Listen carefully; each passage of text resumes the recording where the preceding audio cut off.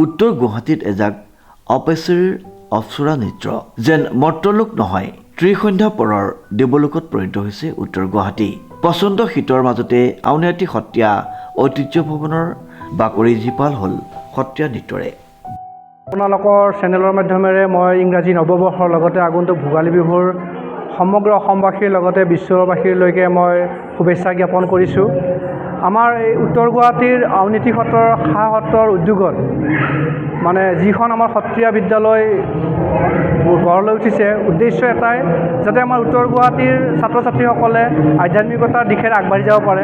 তেওঁলোকৰ মাজত যদি কুসংস্কাৰ গঢ় লৈ নুঠে, তেওঁলোকে যদি পশ্চিমীয়া সংস্কৃতিৰ যি আধাৰ তাৰ মাজত যে তেওঁলোকে সোমাই নপৰে, গতিকে আধ্যাত্মিকতাৰ জ্ঞানৰ মাজে মাজে যে তেওঁলোকে প্ৰসাৰিত লাভ কৰিব পাৰে, তেওঁলোকে নিজক প্ৰতিষ্ঠা কৰিব পাৰে, সেই উদ্দেশ্য আগত ৰাখি আমাৰ সত্ৰীয়া ঐতিহ্য আধ্যাত্মিক কলা নিকেতন, লগতে সমলয় সত্ৰীয়া কলা নিকেতন, গোপাল সত্ৰীয়া নিকেতন, আকৌ শংকৰ মাধৱ সত্ৰীয়া নিকেতন, আৰু বহুকেইখন বিদ্যালয় আমাৰ উত্তৰ গুৱাহাটীত গঢ় লৈ উঠিছে।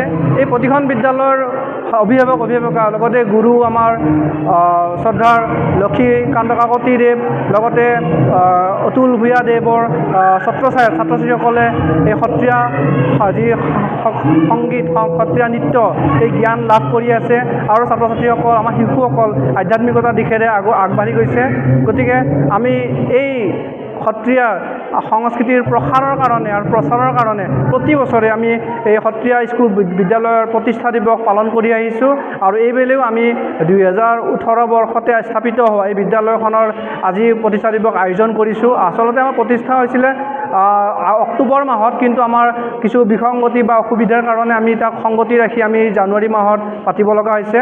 তাৰ কাৰণে দুঃখিত, এই চেনেলৰ মাধ্যমেৰে জনাইছোঁ। তথাপিতো আমি ছাত্ৰ ছাত্ৰীৰ প্ৰচাৰৰ কাৰণে তেওঁলোকৰ আধ্যাত্মিকতাৰ জ্ঞান বৃদ্ধিৰ কাৰণে আমি অনুষ্ঠানটো প্ৰতি বছৰে পালন কৰি আহিছোঁ। উল্লেখযোগ্য যে আউনীআটী সত্ৰৰ একক আৰু অনন্য অপ্সৰা নৃত্যৰ লগতে শিক্ষাৰ্থীসকলে পৰিৱেশন কৰে কৃষ্ণ নৃত্য, গোপী নৃত্য, ঝুমুৰ নৃত্য, নাদুভংগীৰ নৃত্য, চালি নৃত্য আৰু অভিনয় নৃত্য।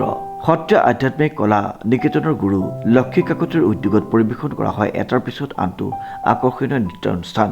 গুৰুজনাৰ অমৰ সৃষ্টি সত্ৰীয়া নৃত্যানুষ্ঠানত অংশগ্ৰহণ কৰে উত্তৰ গুৱাহাটীৰ কেইবাখনো সত্ৰীয়া বিদ্যালয়ৰ 200 শতাধিক প্ৰতিভাৱান শিক্ষাৰ্থীয়ে। আউনীআটী সত্ৰৰ প্ৰত্যক্ষ উদ্যোগত আয়োজন কৰা হয় উক্ত অনুষ্ঠানভাগী। নতুন প্ৰজন্মক আধ্যাত্মিক চিন্তা চেতনাৰে সঠিক মাৰ্গদৰ্শন দেখুওৱাৰ প্ৰয়াস কৰা হৈছে ঐতিহ্যমণ্ডিত সত্ৰখনিয়ে। প্ৰধানমন্ত্ৰীৰ পৰীক্ষা পে চৰ্চা কাৰ্যসূচীত অংশগ্ৰহণ কৰা অৰ্পিতা দাসৰ বৈষ্ণৱ সাংস্কৃতিক প্ৰতিভা দেখি অভিভূত উপস্থিত ৰাইজ। মধুমাধৱ দাসৰ ৰিপৰ্ট, নিউজ নাও।